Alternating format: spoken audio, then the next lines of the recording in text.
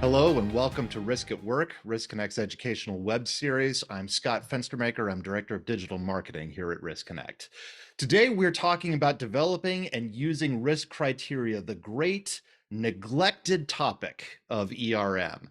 You know, we can feel pretty good about a job well done when we finally get all our risks and our register codified by impact and likelihood, and we assign them nice little colors, and those colors go into a nice little report, and we can sit back and feel pretty good about the work that we've done. But we stop to ask ourselves, what exactly do we mean by a severe risk? When we hand somebody a piece of paper that says these risks are severe, is their definition as a reader of severe the same as our definition when we classified the risk? Are we talking about the same thing? Do executives have the same understanding of severity or likelihood that we do when we classify these risks in that way in the first place? Risk criteria, far from actually being what they ended up being, the neglected stepchild of risk, are actually the fundamental connector between strategy and risk appetite on one hand, how much risk we should be taking, and performance on the other hand, what we actually take. And we're going to discuss that today in such a way to have better conversations about risk. And we have a phenomenal guest today to be able to have that discussion with us. First of all, as always, a couple of housekeeping items. If you have questions for our guest today, please type them into the questions field of the webinar software. If we don't answer your question during the course of the webinar, we will reach out to you and get you an answer to your question from our guest. Also, if you indicated that you want CPE credit for attending this webinar, please watch your email inbox. After we're done here today, we're going to send you a short quiz. You fill it out, you send it back to us, and we will reply with your CPE credit. All right. We have one of our favorites back today, and we're lucky to have him again. You know him. We've done enough Risk at Works with him that we could have a DVD box set by this time. We keep asking him back, and he keeps graciously returning to share his wisdom with us. We have Rob Quail today. He's a consultant, author, and lecturer on enterprise risk. His ERM program at Hydro One is the subject now of a Harvard business case study. He provides consulting on ERM process and technology outsourcing and customer care. He's a regular lecturer at York University's Schulich School of Business in Toronto, as well as a featured lecturer at Carleton University, Ryerson University, and Harvard Business School. He is the co-editor of Enterprise Risk Management, today's leading research and best practices for tomorrow's executives, now in its second edition. I'm thrilled to be welcoming back Rob Quail. Rob, how you doing, my man? I'm good, Scott. I got to say, your introduction to the topic was so good. You hadn't really much else to talk about. I know, Well done right? there. I have to sound Yeah. smart. I have No, to it was sound like good. I It know was really something good. what I'm talking about. Really And great. so I'm sorry if I stole your thunder, man. That's okay. You know, should we call it now? Should we just Yeah, we'll say, say you know, goodbye. we're done and goodbye, and Yeah, that's yeah, basically it? yeah. Yeah, I could give these presentations. I mean, Good. we all know this. All right. Yeah, Rob, I'm sorry, man. Thank you very much. And please take it away. sure. So let me just sort of back in from a higher level in terms of the topic of risk criteria. As I've said previously, ERM looks very different in different successful companies. But there's some basic things that have to be there. If you don't have these four things, you probably aren't doing ERM. You need some kind of framework that describes what kinds of risks you're assessing and what kind of process you use to do them, and who's going to sort of look after all the tools and the criteria and the elements of the program. You need criteria, which we're going to get into later, how you're going to measure your risks. You need to apply it to key risks and also to key business processes. And then there's a thing at the bottom that I always go on and on about how there's too much emphasis on it, and that's reporting on key risks to boards or executives or stakeholders. So, but to remember, the ultimate purpose of doing all this is to stimulate new conversations and enable prioritization, enable better decision making about priorities. So if you don't have all these things in place, you're probably not really doing ERM, but there may be very vastly different ways of applying these things. Now, of all these elements, in my experience, the area that's often the weakest in many organizations is the topic of today's webinar, which is criteria. I actually wanted to jump in on that because obviously this is in your title. I want to spend some good time emphasizing this, but it also, you and I were talking about this offline. It also seems weird to me because number one, the risk criteria is the quantified part of it. To a certain extent, it's the most concrete out of all of these discussions. But also, it just seems to me that if you're doing one thing in risk management, if a company wants to get one thing right, it's to understand when it's completely screwed, right? And Yeah. so it seems an odd thing to neglect. Could you go into a little bit about why, in your experience, this might be? Yeah, I think there might be three reasons I can think of why it's often neglected topic. The first is criteria is part of the machinery. It's part of the sausage grinder, not the sausage.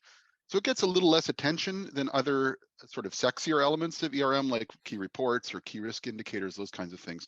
It's once you have them, they're a little bit hidden, at least in terms of products you deliver to external and internal stakeholders. So I think that's one reason. Another one is that it's difficult. Properly developing and maintaining criteria can be a lot of work. And as I'll get in later, there are shortcuts that some organizations take rather than developing themselves. They try to buy them or take them off, shared sort of generic sets, which has its own difficulties. And the third is, I think, in my view, there isn't anywhere near enough emphasis on criteria in the ERM standards, or there isn't enough general guidance on there about actually step by step how to develop and use risk criteria. So I think those three things are probably a big reason why this gets neglected so much. But I agree with you. It's crazy that there isn't more on this because it's such a foundational element of doing risk management well.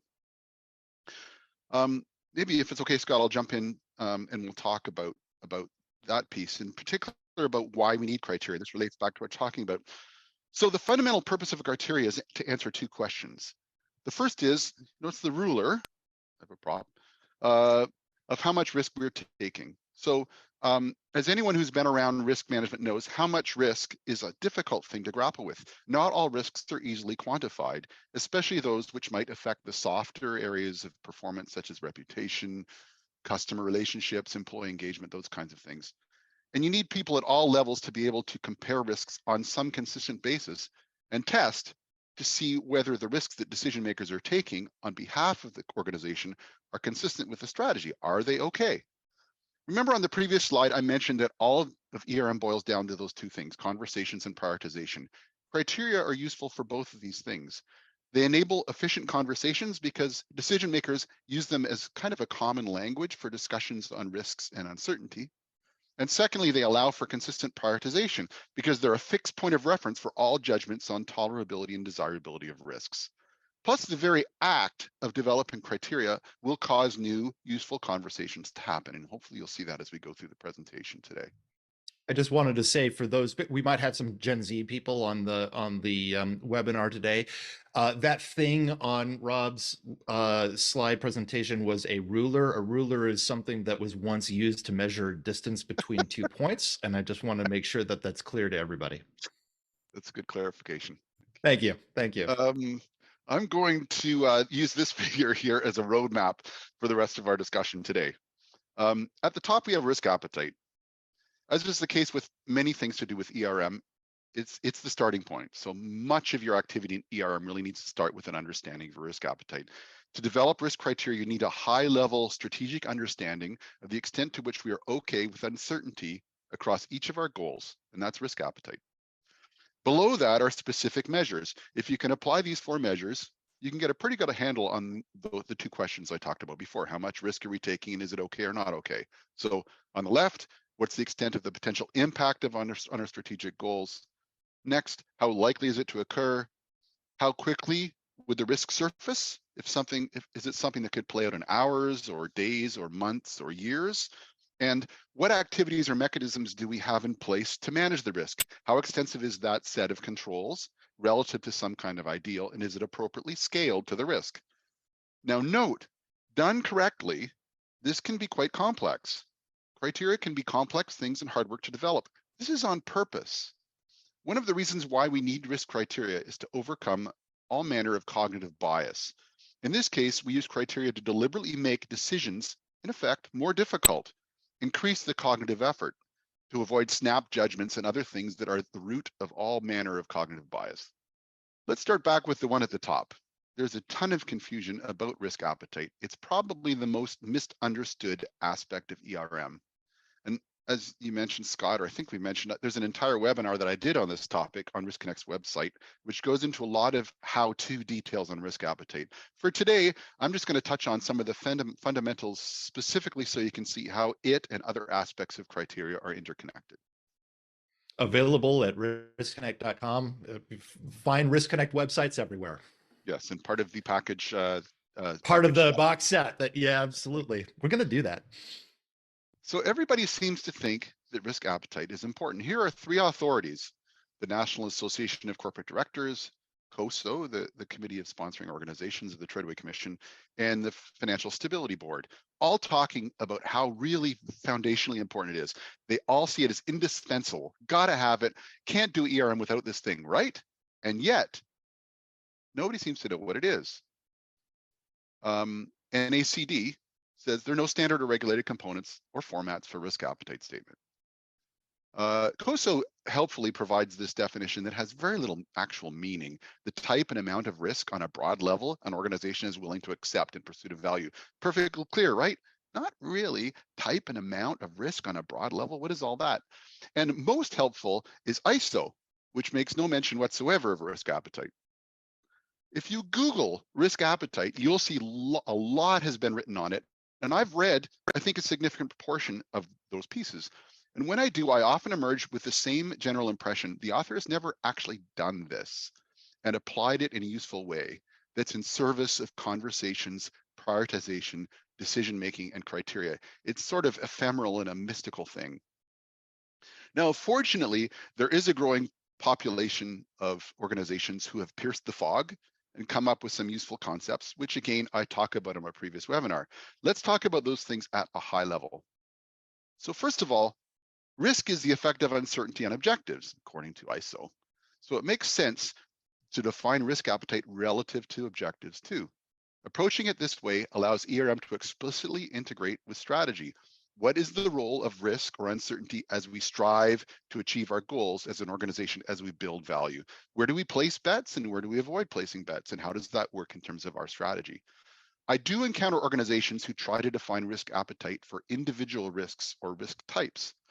That can be a useful step sometimes at the end, but in my experience, you lose something if you don't first figure out and agree among your C-suite and between C-suite and board, if that's how you're governed, on the role of uncertainty against each objective or strategic outcome. These questions should help. So for each objective, here's some 4 questions that might help you define risk appetite. First of all, are we placing bets here in order to achieve something else?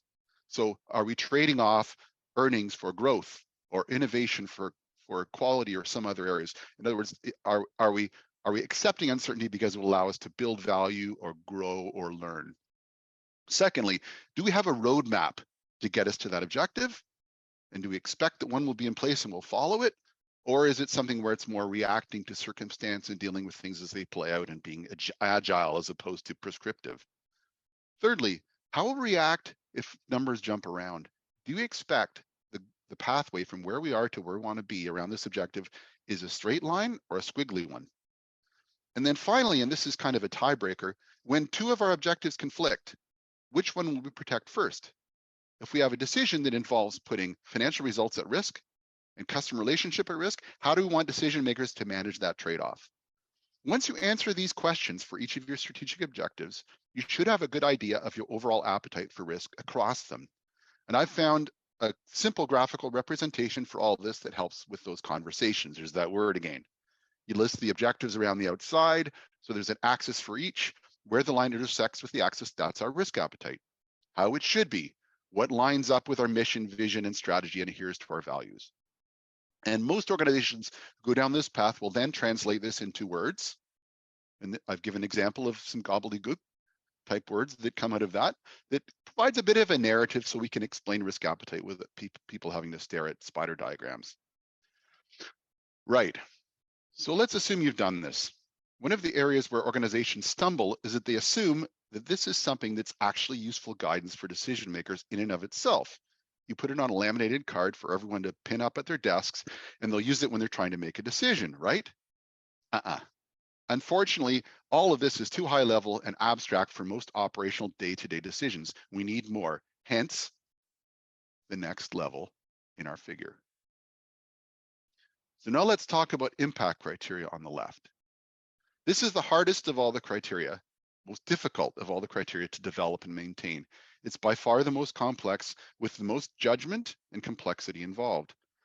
Most companies that I work with have something like a balanced scorecard or a set of metrics that hang under the strategic objectives and define specific measurable outcomes. But if we have different appetites for risk, that must mean that we have a different reaction if we have a different than planned result against any of those measures. That's where impact criteria come in. Now, I, I gotta pause here and jump in on the point earlier about why this is such a neglected area of ERM.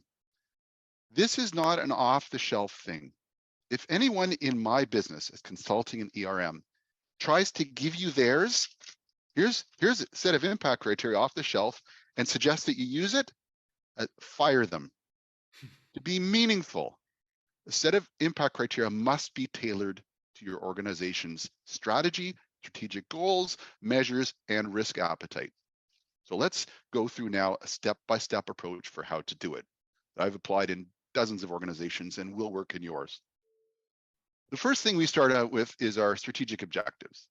So in some organizations, the way they describe their strategy is purely aspirational about things we're trying to change or move, where we're trying to move the bar.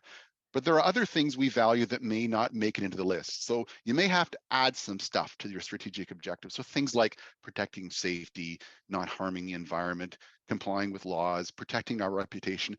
They may not be explicitly stated in your strategy, but you know that these are things that they care about, you care about, and you spend money on it. And it probably needs to be reflected in this list somewhere. You have some kind of sense of aversion or attraction to risk around things that may not be line items in your strategies. So in this organization, it might be reputation. Then pick from your measures from your scorecard ones that are best reflective of success or failure and can be readily understood by decision makers throughout your business. So you don't want them to have to do a lot of math here. You need them to be able to understand these and apply them quickly. So talk to your experts and your function leads across all these areas like finance or human capital or customer and extract those key measures. And that's what those KPIs are in this figure. You may find that in some areas, those measures don't really exist. And that's fine too. Doing this exercise can be a catalyst to get those measures in place. A side benefit of doing ERM this way is that you can stumble on all sorts of opportunities to improve performance management. So we've listed our strategic objectives, we've extracted some key measures. The next step is to define the event. So what would the undesirable or other than planned outcome look like? Notice I've said less than planned here and then asterisk at the bottom, other than planned. So if you're really good at this stuff, you might consider risk management to be sort of symmetrical in both directions. And you may also want to identify the risk of overachievement of your strategy or volatility in the positive as opposed to negative direction. So some organizations go so far as defining two kinds of events, positive and negative events, but let's just talk about negative for now. So for profitability, you've got financial loss. For growth, you might grow less than planned and so on.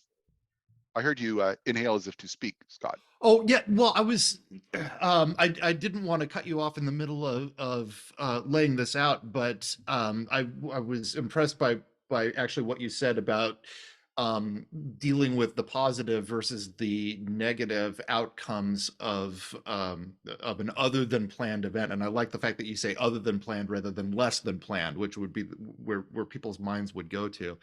One of the things that uh, we tend to talk about a lot at Risk Connect is the idea of fragility, right? So when you have an other than planned event, if it's the reason why we focus on the negative so much is that the outcomes are asymmetrical with regard to the measure. So a a less than desirable event on one side could be much more harmful than the equivalent greater than desirable event is on the other side helpful, right? These things are not equivalent. You can have a cyber disaster, but very few people experience a cyber windfall in the other direction, right? When your IT systems are just great. When we talk about what we're fragile to, right, we're talking about what things could be extraordinarily like off the deep end negative impact. But I think that the asymmetry of these outcomes is an important thing for people to understand, that a movement one way versus the other way could have vastly different outcomes in terms of magnitude. And most people make their plans assuming that everything is going to go perfectly. So that if it's a little bit better than perfect, it doesn't really help them out. But if it's a little bit less than perfect, it can have spiraling disasters. I think that that's an important. I would like to get your impression on that. I think that's important to emphasize. Yeah, I mean, this is a topic that some folks in our business pull their hair out a little bit. The idea that better than planned results is a part of the definition of risk. Um, and there are two reasons why it's worth thinking about this. First of all, if you're just kicking off ERM, I wouldn't spend too much time thinking about this stuff. Yes, yeah, because you're right, Scott. Usually it's the downside stuff that you're most focused on preventing it for reasons of, as you say, fragility. But the point is, for some measures, stakeholders don't like volatility. So overachievement in an area can actually give the impression to investors or employees or suppliers or whatever that your business isn't under control. So that's one aspect. That's one way that actually overachievement of the goal can be a risk. But the other way of looking at this is that you can apply a lot of the tools in ERM to prioritize opportunities as well as risks.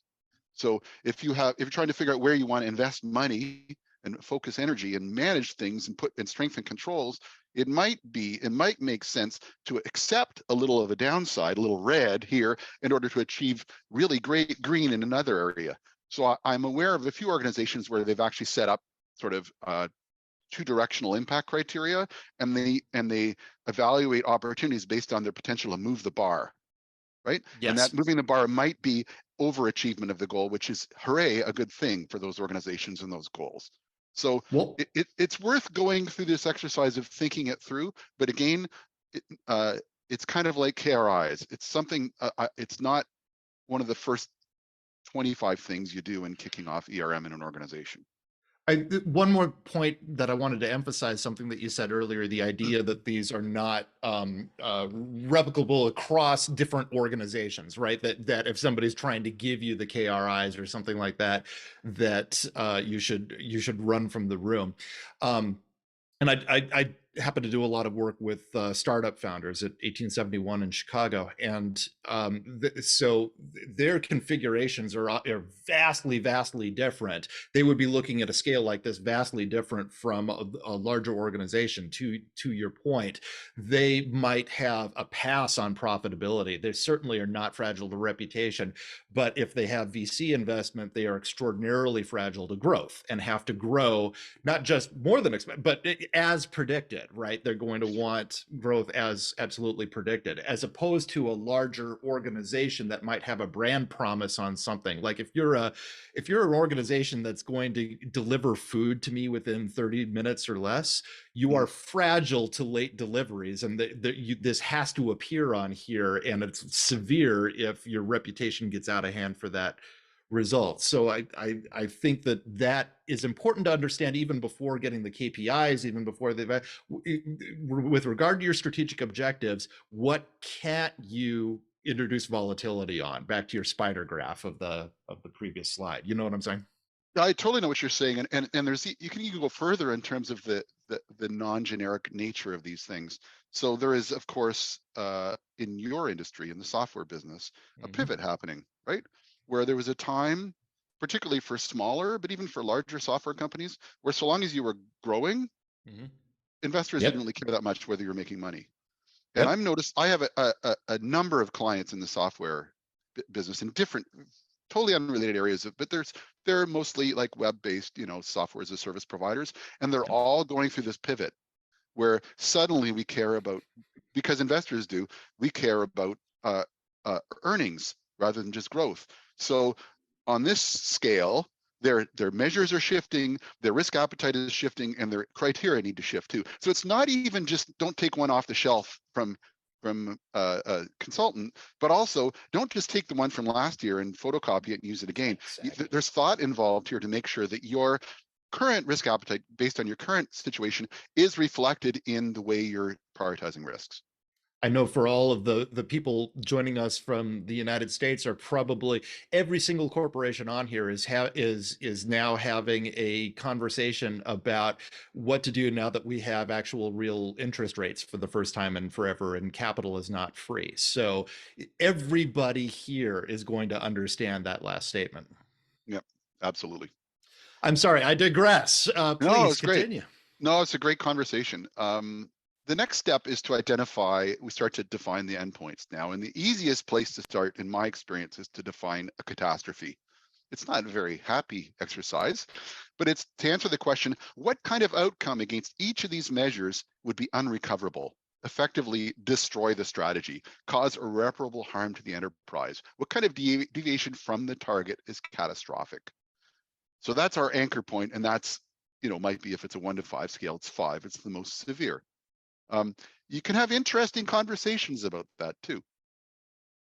My former employer, Hydro One, when we were first developing our impact criteria, for when we had a set of line item for relation, we were a government-owned entity. They're now publicly traded, but we, as a government-owned entity, we had government relations as one of our strategic objectives, and we had in the catastrophic column, CEO and entire board fired by the government.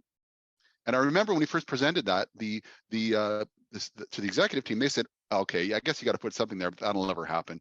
It actually happened twice in the history of the company, where there was a radical change in electricity policy in Ontario, and the Minister of Energy wound up firing the entire board and the CEO, very loudly and through the media. And that did cause massive harm to the organization and the strategy. So it really was catastrophic. It's just funny, sometimes that could never happen thing turns out to be, a bad, karma. Anyway, we'll talk more about that when we get to likelihood. Yeah, that's right. Yeah. The next step is to define some point that and I tend to use major as the word, but some point along your scheme as being how much of a deviation from target might be just intolerable.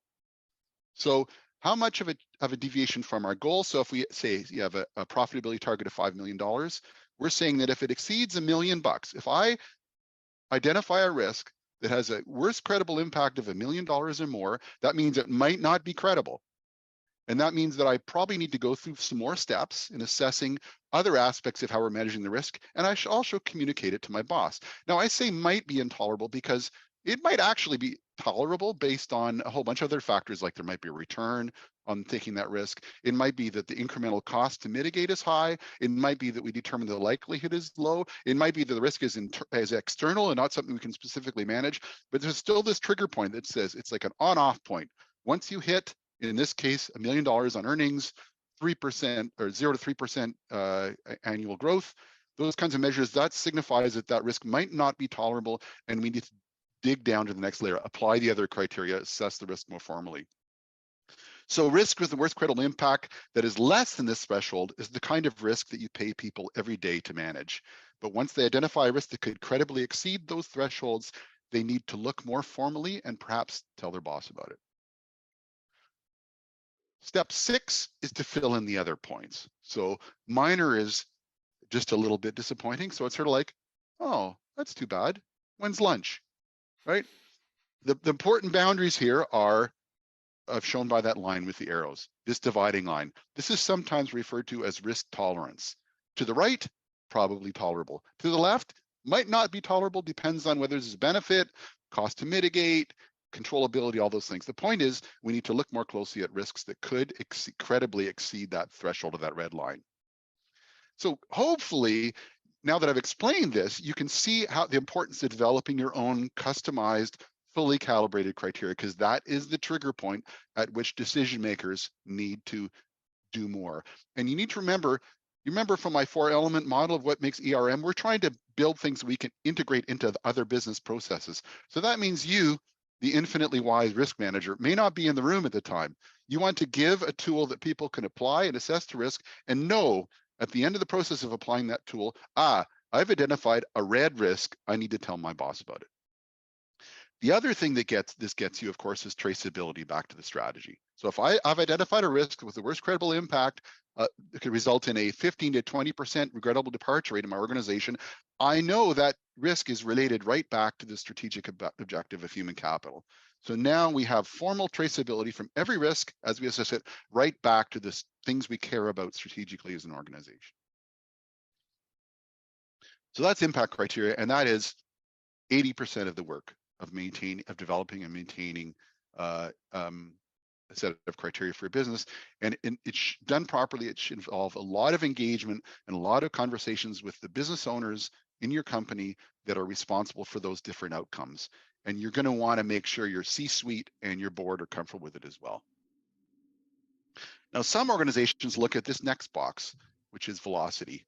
And in some businesses where the environment can evolve or transform very quickly, it's really an essential part of understanding your risks. So let's talk about what and why of risk velocity. So in physics, velocity is the rate of change of an object relative to a frame of reference. In risk management, it's the amount of time that passes between the occurrence of an event and when the organization feels its effects. So think of it this way. Imagine there's a timeline. We've got an event, something blows up. Then there's a time when we detect that it's blown up. Sometimes that can be a while. Then we have an interval between that and when it starts to impact the business, and the interval when it starts to have its peaked impact on the business. So I like to think about velocity as a measure of this time interval from the occurrence to when it starts to have its peak impact. So for high velocity risks, that velocity can be overwhelmingly dominant characteristic of the risk. So for example, things like cyber threats or a collapse of infrastructure or a major media event, things that can play out very, very quickly. You don't really get a chance to put stuff in place and try and prevent the harm from happening. You're bleeding a lot. So high velocity risks and understanding them and thinking through how you manage with those things and deal with, as to use a Scott term, fragility, is a key aspect of understanding the connection. Whereas for low velocity risks like, I don't know, changes in competitive landscape or some new emerging technology or some kind of demographic shift, these are things that happen over time, and you can get away with having more sort of evolving approach to mitigation. So is the measurement you have charted here is, from occurrence to peak impact. Seems to make sense. It occurs to me that there are some instances where you might have a detection go off before the actual event, or if the actual event. We're sitting here talking a lot about whether or not recession might happen in the United States as a result of interest rates going up. This has been talked about a long time. So Yeah. people were months ago preparing for recession. They were already repositioning because or feeling the event effects of an event that, as of when we're talking here today, hasn't happened yet. So how do we think about that in terms of the velocity of a risk that hasn't actually happened because it was detected before it actually transpired? Well, the funny thing is, I think your example is a neat one about the potential recession, because I would argue that the impact is being felt. I'd argue that the fact that people have detected and anticipate this risk is affecting things like consumer behavior, investor behavior, all those kinds of things. So we're starting to feel the impact of a recession before the recession happens. So these things don't necessarily happen in this kind of linear fashion where something blows up, you notice it, and then it starts to impact the business some period later.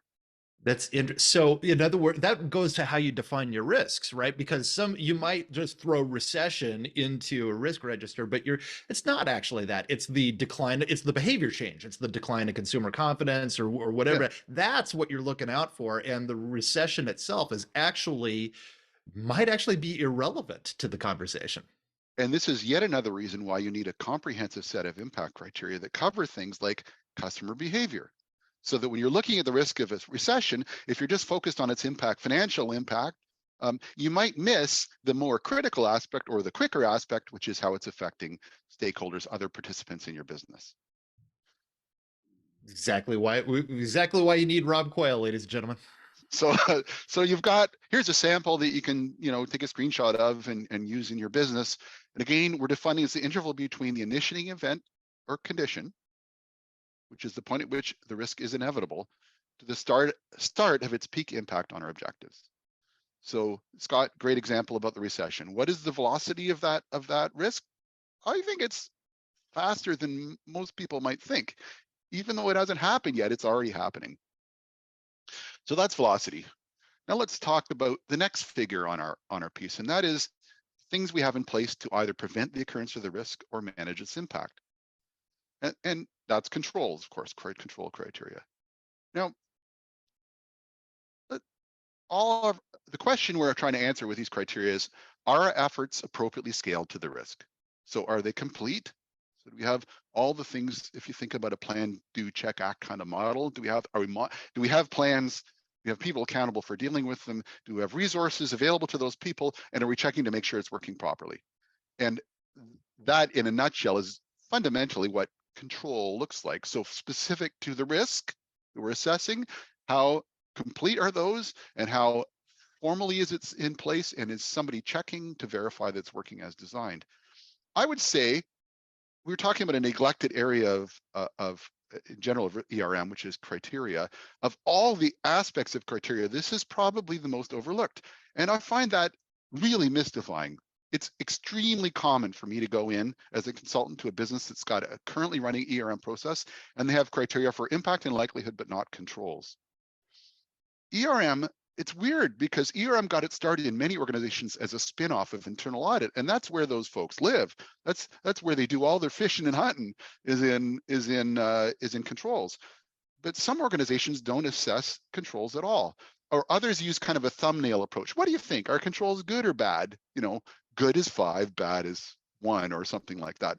The fact is that if you answer these questions, you can yield all kinds of useful ideas, especially for risks where the controls need adjustment. It just helps with the conversations. And to do that well, you need to start with some kind of frame of reference, a model or a list that defines what a set of controls look like.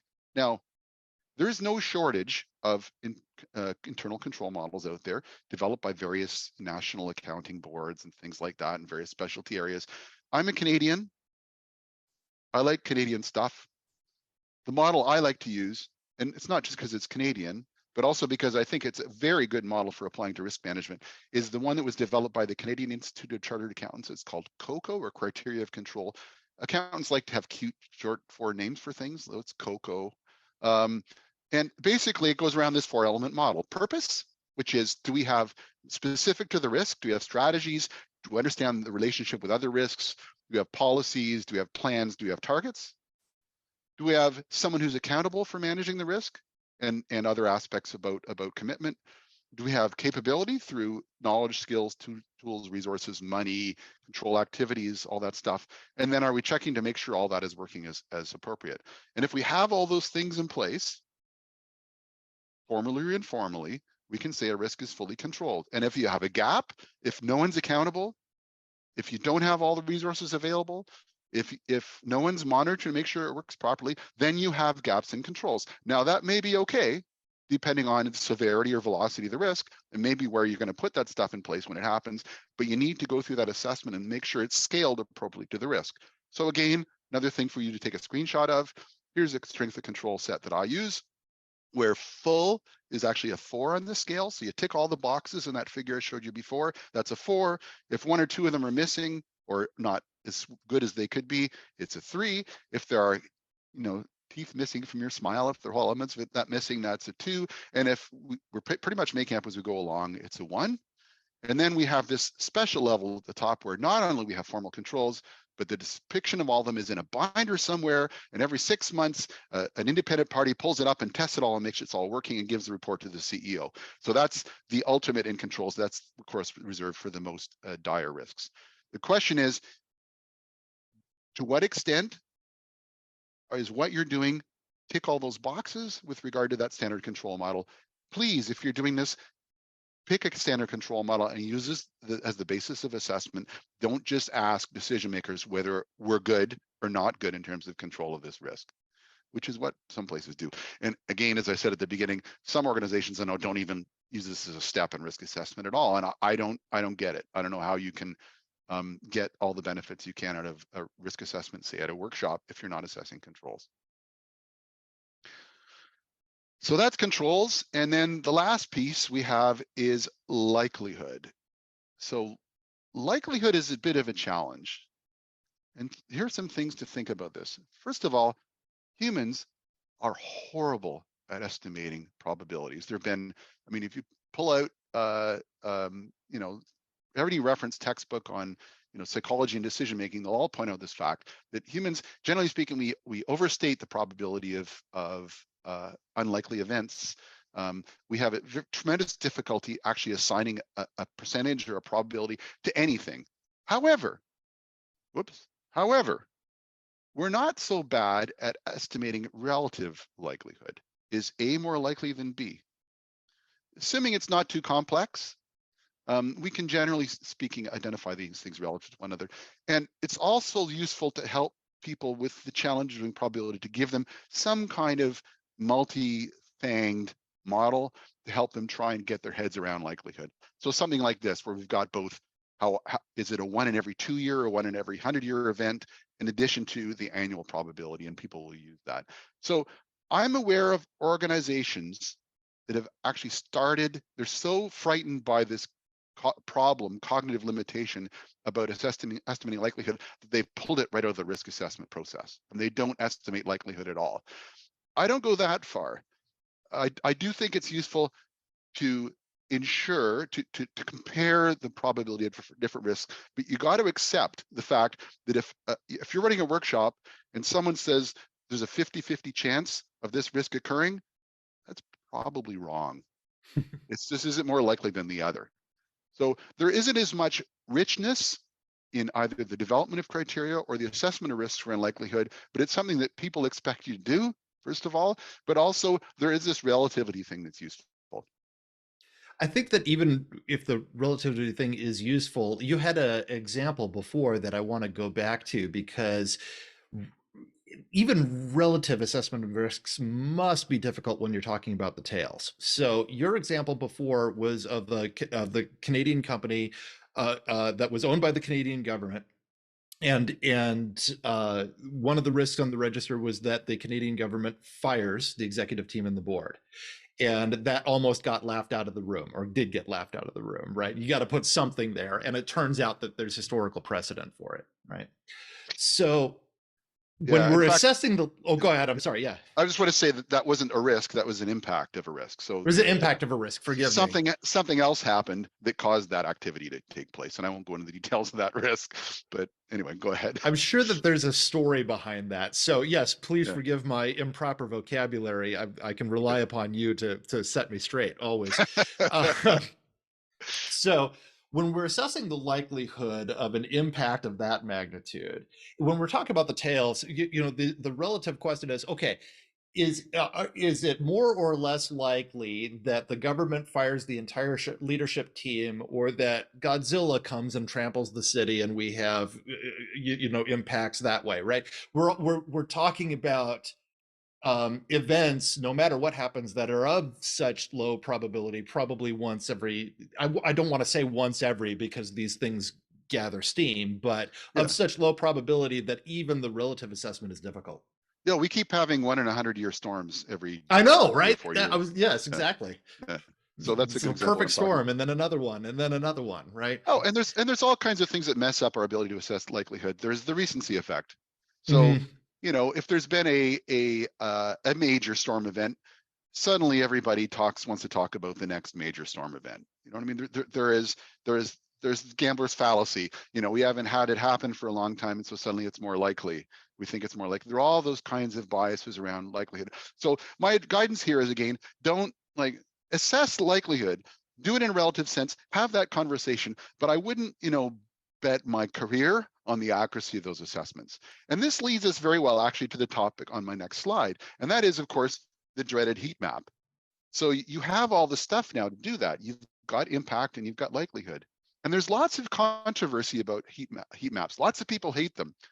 Personally, I think they can be a useful, very blunt tool to help get concepts across. But you need to remember this thing. When you place a point on a heat map like this and say this is the risk, you need to explain what's meant. And yes, that's a combination of impact and likelihood. But in fact, for every risk, there are other points too. There are other combinations of impact and likelihood. A risk is not really a single combination of impact and likelihood. It's a curve, not a point. Now, usually we're more concerned about that one towards the end of the tail, the X2, Y2 kind of event, the one on the right, because that's what decision makers prepare for. Not necessarily what's most likely to occur, which is the one at the top, but what could credibly happen, and that where we need to be prepared to prevent it, or if it does, make sure it doesn't cause us to go broke. Now, there are those who insist that to really do risk management, you need to model the whole curve. And certainly, if you're trying to do something like optimize insurance programs, that can be part of it. But for most conversations and prioritizations related to ERM, the most impactful thing is to understand the point that is a little further down on the curve rather than the whole thing. When you get asked by CEOs and boards about key risks, they're usually talking about those X2, Y2 points and not what you expect is going to happen. Every now and again, by the way, I get in arguments on LinkedIn and other places with folks, because there are people in risk management who are passionate that you're not, unless you understand the whole curve, you don't understand the risk and you're not serving the organization well. And I disagree profoundly with that perspective. I think that the conversation about the whole curve is really about optimization and economy, and that's a good discussion to have too, particularly if you're buying insurance, things like that. But in terms of preparedness, and again, the Scott word fragility, you're focused with the end of curve. What could credibly happen? How would we cope with it? Are we doing enough to prevent it? Are we managing it efficiently? And how much of a threat to our strategy is it? Plus, that curve's always changing too, and Yes. probably is changing at a faster rate these days than it was before. So the Yeah. moment that you understand the curve, it's obsolete. Those And, tails and are growing. and again, I know people who insist on just taking a point and putting a Gaussian curve around and say that's your curve. And I don't think that really earns much. That's, you're just replacing one flawed model with another one. I Not mean, to get we pedantic, but I don't even think it would be Gaussian. Most of these would probably be of other distributions, I would I, w- guess. I would think so. So I think it could it like everything else in ERM, thinking about these models is useful. And if you find something in the curve or plotting multiple points that causes decision makers to have a new conversation about risk and new learnings about risk, go ahead, do it, fill your boots, have that conversation, use the tool. Just make sure you understand the limits. Make sure you understand and decision makers understand that this curve isn't really the curve. And this isn't really the risk. This is just an approximation. The real world is way more complicated than all this stuff. Okay, so what? So we've developed our criteria. What do you do with them? Well, you should use them anywhere you need to assess or communicate on risks. In risk assessments, in risk workshops, in identifying project risks. If you do risk-based planning and prioritization in your business, this is the tool you use for making those decisions. How much risk are we taking, and is it okay? Good, well-developed, well-implemented criteria are a tremendous help in many other aspects of ERM too. So for example, up top, why and how and why? Well, how much risk is too much? That's part of the why and the how. Roles and authorities, trigger points that say risks need to be communicated upward. So it helps with that aspect. Of course, application on key risks, right? This is how we overcome bias and allow comparison of risks. Integration in key business processes. You want to get to a point where you can find the people that run business processes, get their heads around risk management, how it works, hand them the criteria, and they start to bake all that logic into the way they run their business processes. And of course, reporting around significance and priority and all those kinds of things. And all of that ultimately yielding, as the beginning, as I said, better conversations, better decision making about priority. And that's kind of my thing on criteria. And I thought maybe, Scott, we might have received some questions, or you might have some that come to mind for you that you want to dive into at this point. Yes, well, first, I always like to ask you, you're a big proponent of risk workshops. You did a fine webinar for us on how facilitated risk workshops establish a lot of these things. It occurs to me that if somebody's watching us talk right now and they're thinking about their own risk program and they're saying to themselves, you know, we kind of fall into this category where we've just labeled stuff as severe or moderate, and we really don't have any robust criteria around this.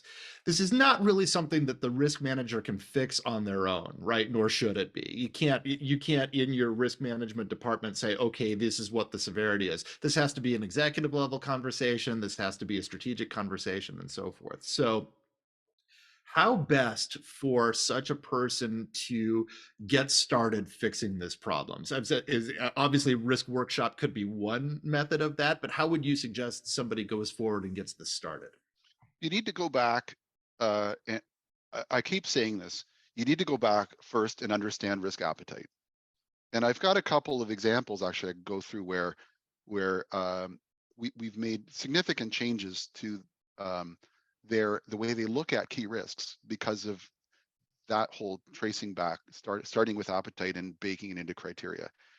A couple of organizations that had um, sort of absorbed off the shelf or not fully informed by appetite criteria and had assessed a whole bunch of risks as outrageously high. So tons and tons, great big register of risk going to their executive and board. Mm-hmm. And that's because there was this sort of assumption of extreme risk aversion baked into the way they prioritize risks. So I took them through, and I've done this in a few places, but I'm thinking of one recently that sticks out in my mind. I took them through the process of defining the risk appetite. We had a great conversation with their board, and the conclusion of that was actually we're way more comfortable with the risk than we thought we were. In other words, Can you, we're much less averse than we thought we were. And that resulted in a complete recalibration of their impact criteria and a whole bunch of things that they were saying, oh my God, we're out of control, turned out to be, no, this is part of running the business, and it's a much more sophisticated way. I mean, the role of ERM isn't necessarily just to reduce risk. Many organizations should be thinking about using ERM to give decision makers permission to take more risk, take the right amount of risk that yields the right return and efficiently makes use of resources available to us. I want to stay with this for a second. Without saying too much, I know you want to have the company remain anonymous, but can you tell us a little bit about the area of the strategic objectives that might have been affected with the I'd like to get a little taste of what they were so risk averse about, whether it was just profitability or whether it was growth or whether it was something more tangible, and what decisions they were freed to make once they made this analysis, what kinds of things they started doing differently in order to be able to take on the appropriate amount of risk. Well, I can think of so I, and this is helpful because anybody from these organizations watching this webinar who think they recognize themselves, there are I've actually been through this exact journey with a couple different organizations, and Awesome. in both organizations they had initially believed that they had extreme aversion to reputational risk Mm-hmm. and also human capital risk, so employee engagement. Yeah. And Okay. in both these organizations, they had a strategy that involved making significant change to operations and the relationship with stakeholders. Okay. So they recognize that in order to do that, they have to accept that not everybody's going to be happy with the changes they make. So that Mm-hmm. includes some employees. So if 10% of our workforce self-select out because they can't buy into the new strategy, that suddenly that's okay. That's a accepted part of the journey we're on in making this cultural change. That's a part of the strategic change they're making. And similarly, if stakeholders complain about us publicly, that might be an acceptable part of that journey. So therefore, we're not as averse to reputation. Everybody always says, if you ask them, what's your risk appetite for reputational risk? People will say, oh, it's low. Oh no. But actually, uh, when you dive in and say, okay, well, let's talk about our reputation with who, you know, yeah, we don't want to be on the Yeah. front page of the New York Times saying we mismanaged our business. Of course, nobody wants to be there either. But sometimes you got to break some eggs to make omelets. Do you have omelets in the U.S.? Oh, we love our omelets in the I, U.S. Oh I yeah, thought it was yeah. just, It's a I brunch learned it. thing. By the way, I learned recently you don't have butter tarts, which just makes me sad. You need to get butter tarts. I You can't know imagine what a we world without butter tarts. you know what we use butter on everything else, so eventually that will Anyway, trickle in. No, I digress a I little bit. yeah, no, to completely knock me by. No, normally I'm the one getting you to do the coffee spit take, and now you got Yeah. me. Um, uh, it's interesting to me because this goes back to your point about the psychological impacts of risk and what we think about when we think about. If somebody says reputational risk, we've all got a thing in our heads that might not be the thing. Do you know what I'm Yeah, saying? So what totally. reputational risk mostly what that conjures, I believe in most people, is a CEO who discovers Twitter, right? So Right. saying someone, Elon Yeah, Musking, yeah, or a CEO taking over Twitter, yeah, but somebody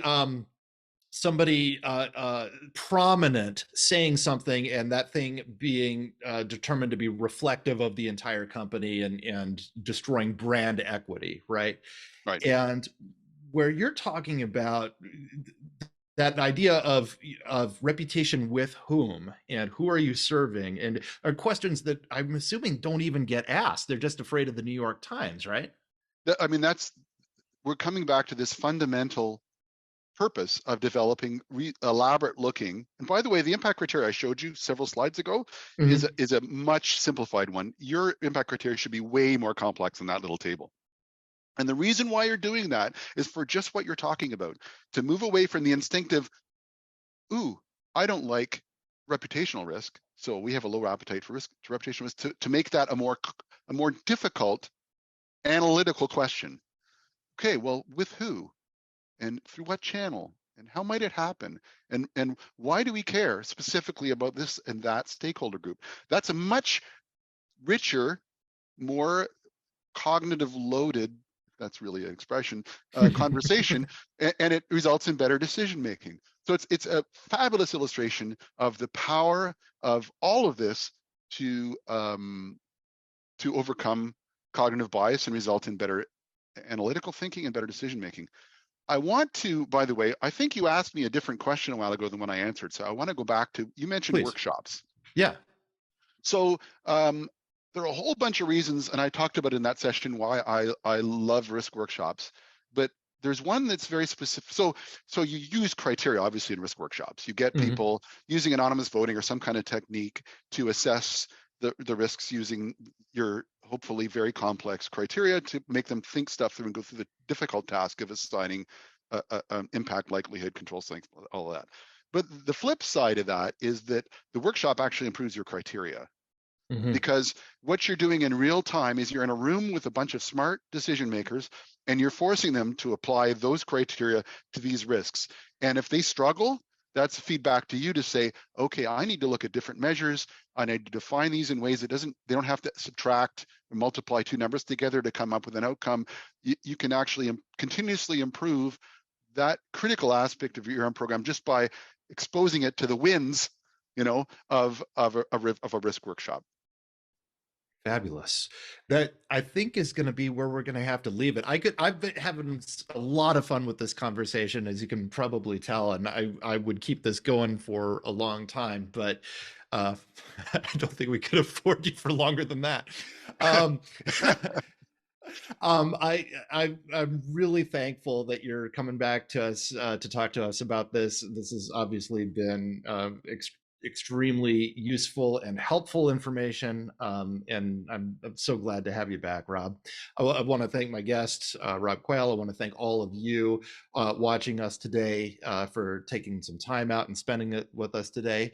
Once again, Rob Quail's book, Enterprise Risk Management, Today's Leading Research and Best Practices for Tomorrow's Executives, is in its second edition, available at fine online bookstores everywhere.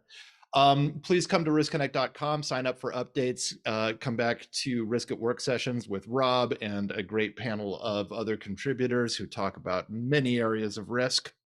The housekeeping things, if you sent us a question in that we didn't get to during the course of this, we will reach back out to you with an answer from Rob. If you want CPE credit, signal that you want CPE credit, please watch your inbox. We will send you a message shortly after this.